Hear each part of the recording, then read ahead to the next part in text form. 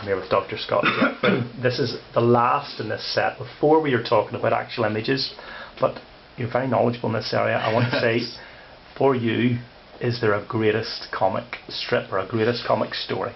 No, this is a difficult question. I don't believe there's an objectively greatest one. I'm always suspicious of those kind of claims. Could I narrow it down for canon. you?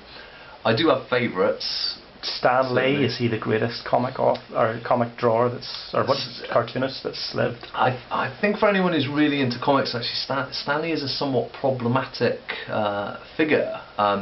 Because to the general public, I think to non-comic book readers, Stan Lee is presented as this guy who created everything. Yeah. Whereas actually Stan Lee co-created everything, and the Marvel method, as it was called, was that Stan Lee would write a bare bones plot. Yeah. Give it to the artist would draw 24 pages, and then Stan Lee would dialogue it.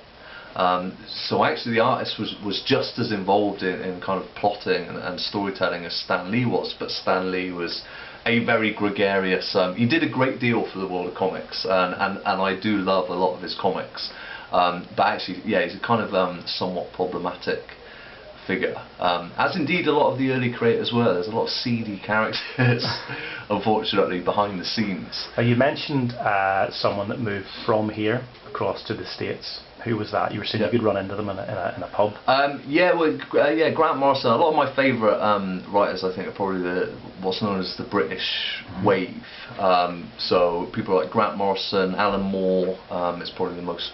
Which comics did they work on, or which characters did they work on? Well, Alan Moore did do some kind of Swamp Thing for DC, a couple of Superman, Green Lantern stories. Probably most famous for Watchmen, which is a kind of deconstruction of the idea of the superhero.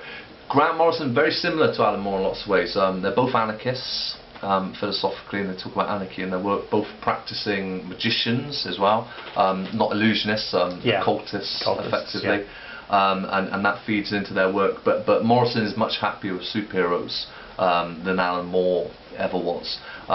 So I'm very fond of a lot of Grant Morrison's superhero comics. They're very kind of meta-textual. There's lots of things where characters kind of reach out of the page to the viewer, and there's a kind of blurring of the distinction between our reality and their reality. You know, DC comics takes place in a multiverse, and very often in Grant Morrison's comics in particular, the implication is that actually our universe is just one other. I try to think of some specific examples. Doom Patrol, All-Star Superman, Seven Soldiers. They very often do this. The Animal Man, I guess, is the key text. Grant Morrison's Animal Man, because that's a comic in which a superhero, a DC Comics superhero, there's a scene where he takes peyote with a Native American shaman, and the comic book equivalent, the two-dimensional equivalent of the psychedelic experience, is that he realises he is a character in a comic, and he looks out at the page and he says to the reader, "I can see you." So he realises that he is a two-dimensional being on existing in a kind of three-dimensional bubble, if you like. Now, obviously, the implication there is that we are four-dimensional beings that may very well be being read, if you like, by five-dimensional beings existing in a space outside of ours. Those ideas had a profound impact on me when I was young. My notions of reality are these are very far removed. Intellectual things that people think about, and have been thinking about them for a long, long time, about the nature of reality.